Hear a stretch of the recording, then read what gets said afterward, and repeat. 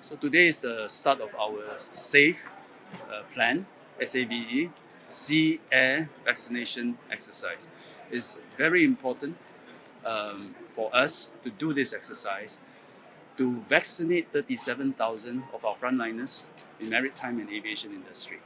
So today we have about 3,000 capacity vaccinations happening, 2,000 at Changi Airport, 1,000 at Raffles City Convention Centre.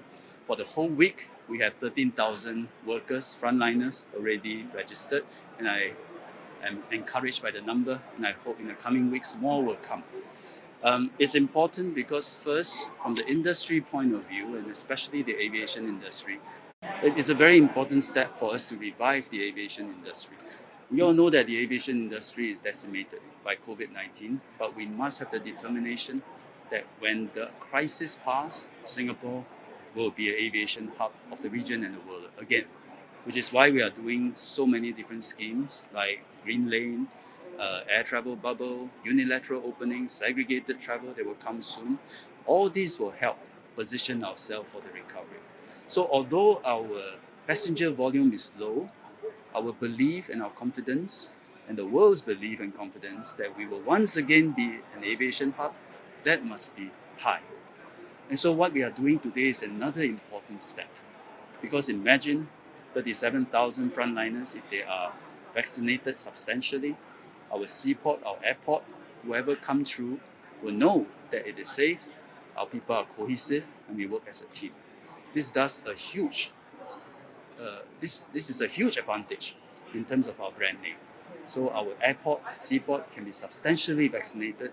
Singapore Airlines can be the first international airline in the world to be a vaccinated international airline. Or let me repeat that. Singapore Airlines can be the first vaccinated international airline of the world. The second important thing is that by doing this, we are protecting Singapore. Because if we look at the situation in Singapore, it is largely under control.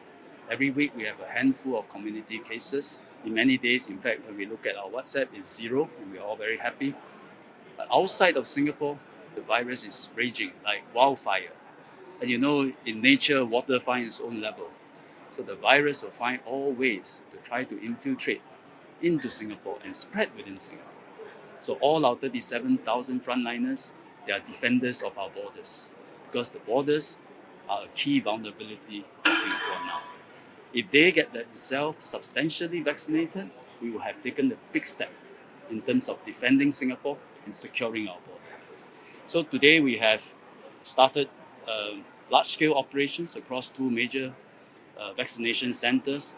At its peak, the capacity is 4,000 on each site, which means 8,000.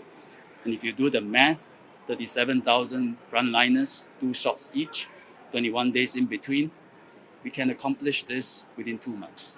And we have set aside enough doses to cover this very important group. So I urge all our frontliners step forward, as many of them have this week, and continue to do so, keep the momentum up, and rise up against COVID-19. Minister Ong Ye Kung from ST. Can I Yes. ask, there's different reports of some staff who are unwilling to take the vaccine.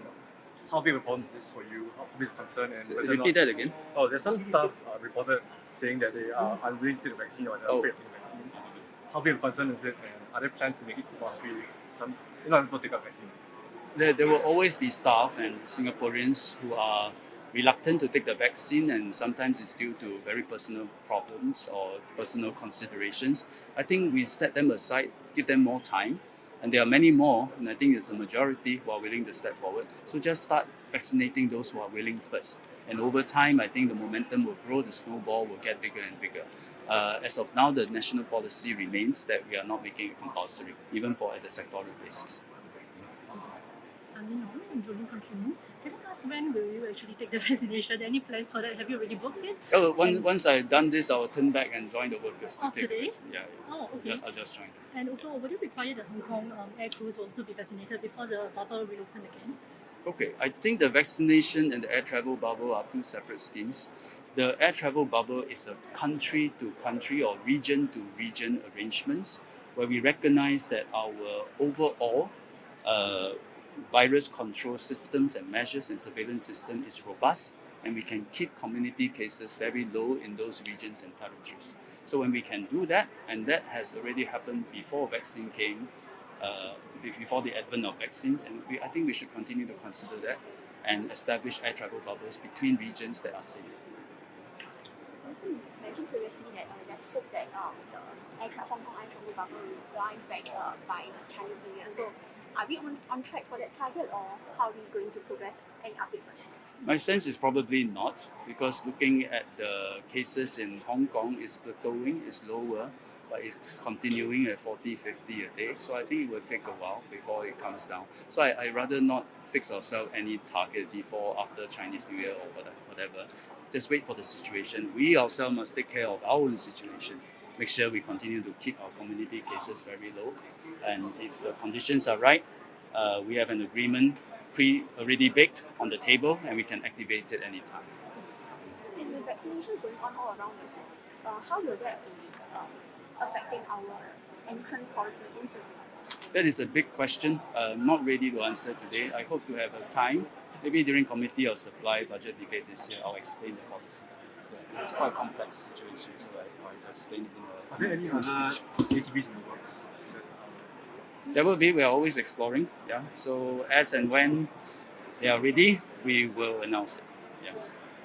So we'll keep on working. The question behind it is whether we'll keep on working on ATVs. Answer is yes, we will. They will continue to be relevant with or without vaccines.